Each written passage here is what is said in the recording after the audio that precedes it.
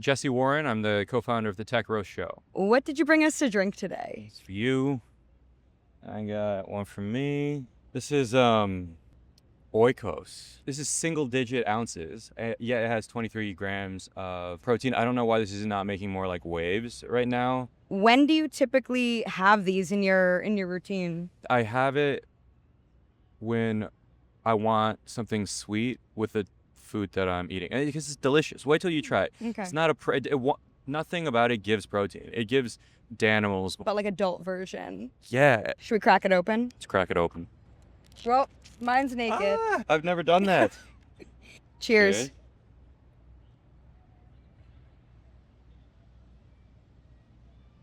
No, come on. It really does taste like a Danimals. That's what I'm saying. What is your creative edge? For years, it was reverse engineering jokes. So I would take, if something made me laugh, I'd laugh, but like I would cut that shit quick.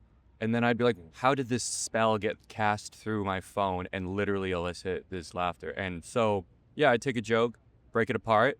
And then if you do that enough times, you'll see patterns. And if you do that enough times, that pattern, it's now embedded in you and you'll deploy it at first at will and then later without even thinking. Why did you get into comedy? Because I was anxious.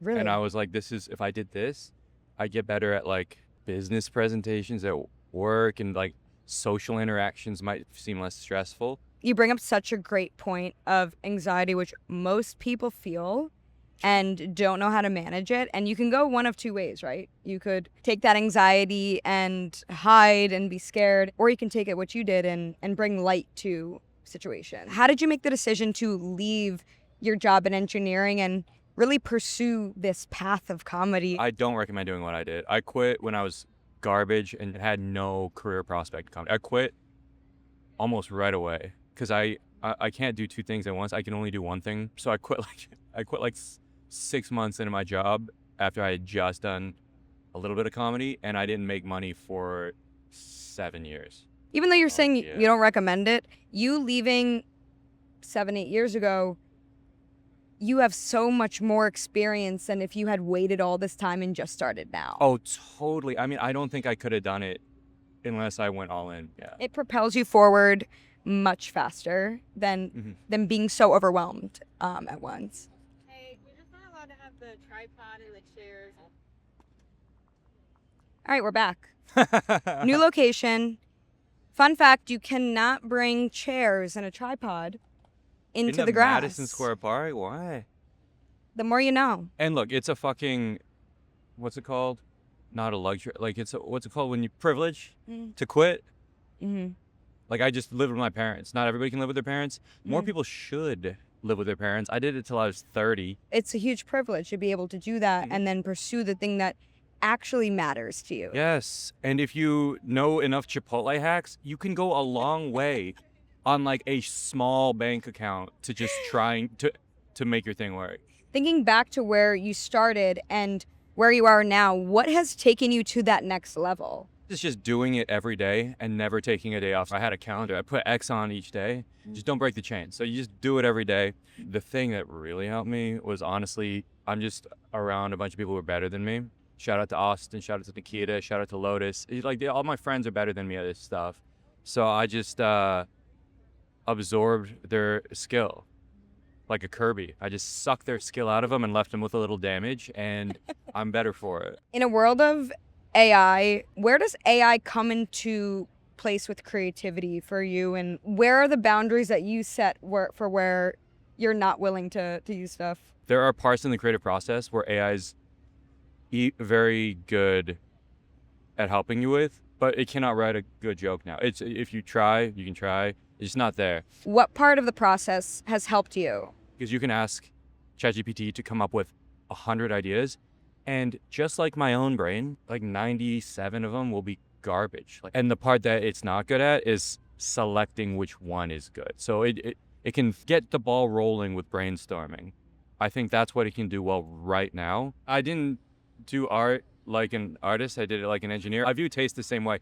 Taste is also like a skill you can just develop. One weekly practice I have is I'll take a fuck ton of edibles and I will just go and watch what intuitively I find funny, favoriting the stuff I like, and then I'll revisit the ones I highlighted and be like, why do I love this so much? My taste for, for what I think is actually good is honed. And just as importantly, you got to know what you hate. And there's so much I hate. And so I'll watch something I hate and I'll just be furious. I'm like, why do I hate this? We're always evolving in the craft of what we're doing. What we do today is probably not what we're going to be doing next year, Yeah. next month, maybe even tomorrow. 100%. I wasn't in clown school until like late last year. And now it's the only thing I think or care about. Everything I did was verbal for like a decade in comedy. And now I'm like, oh, this body, but that's not something I did for a long time. And it's cool because I bomb all the time doing clown. And like that, I think that's good. What advice would you give to someone who is starting off in the comedy space and getting discouraged when things aren't working? I did not care about anything. I said, I won't care about getting booked. I won't care about making money for 10 years. That was my thing. I'll just care about getting better. So my only metric of success was, am I better at this? So, and because of that, I didn't really get discouraged. Did you always like comedy growing up? No, I never saw it. No, really? Never. I discovered comedy when I was an adult. No way. Yeah. Did you watch TV or anything? I played a lot of RuneScape. I played a lot of Yu-Gi-Oh! I was the Pacific Northwest Regional Yu-Gi-Oh! Card playing champion in middle school. Wow, but no flex. comedy. And my family does not laugh. My family is very just stoic. So I just never saw it. How do you build your own confidence in what you're doing if your family doesn't necessarily believe or understand what you're doing? I really don't know. I don't give a I don't care. I don't give a fuck. It's like, again, if I was getting better at this thing, again, I got into it to like reduce my anxiety and have more pleasant social interactions. And I saw that happening on a week to week, if not day to day basis. Like I woke up and I was just a little better at a coffee shop. And it was like, if nothing works and I just have that, that's enough. That's enough. Now I want to jump into our Fast Five segment where we get Yes. to know a bit more about your daily routines. Are you an early bird or a night owl?